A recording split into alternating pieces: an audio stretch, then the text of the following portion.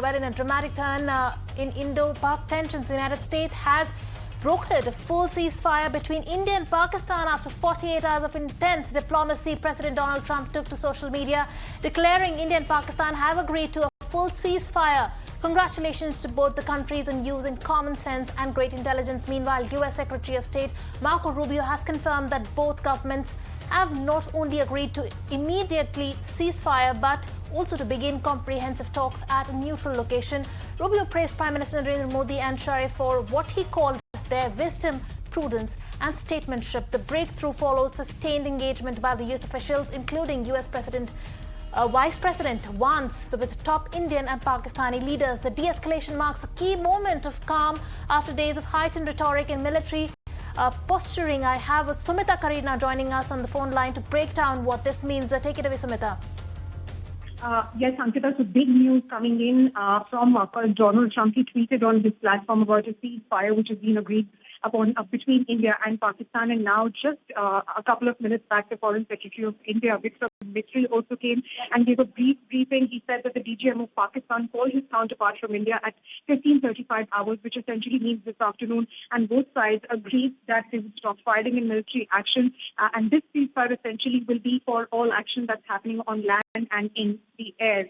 And this ceasefire will essentially begin from 1700, which essentially means 5 p.m. It already has begun now.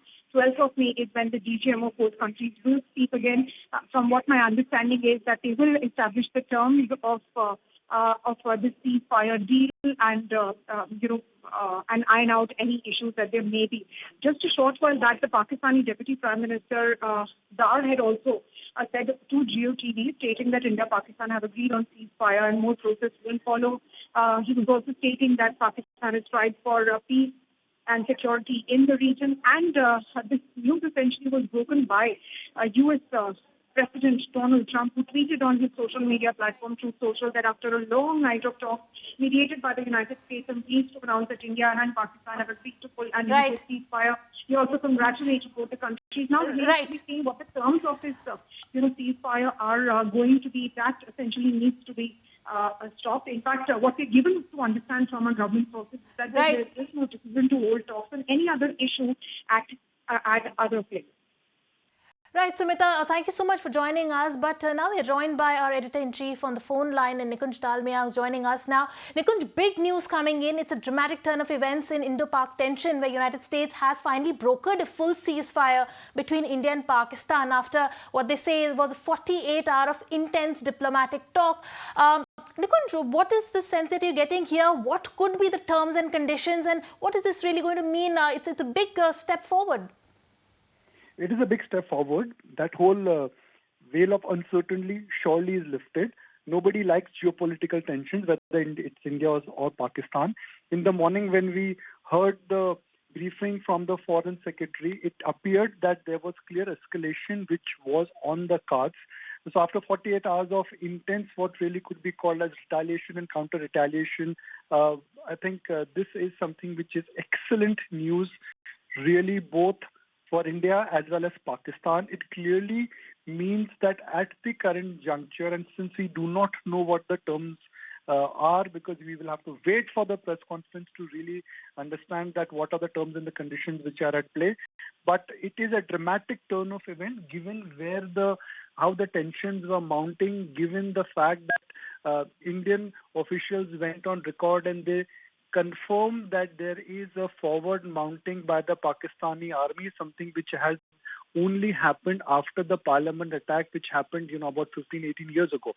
So in terms of where the tension between geopolitical tension, in a sense, has moved from there to get this excellent news of ceasefire, I think this indeed is big news.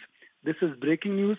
We will wait for the press conference to get a deeper understanding of what the terms and the conditions are, but it is truly dramatic in terms of where the tensions had really mounted versus what the news has come out. Nobody expected this kind of a ceasefire to be, in a sense, brokered or to be the attempt, nobody expected that US President, in a sense, would really act as a truce player. So this is good news all round. Let's wait for the press conference and we'll continue this news coverage. Nikunj, this comes after a very, very heightened tension. In fact, it was almost the tensions were peaking, and now this big dramatic step that has come forward, big diplomatic step in that has happened. Nikunj, how do you expect the markets to react hereafter? Because the sentiment was weighing heavy. There was a looming tension all across. How do you expect the market to react come Monday morning?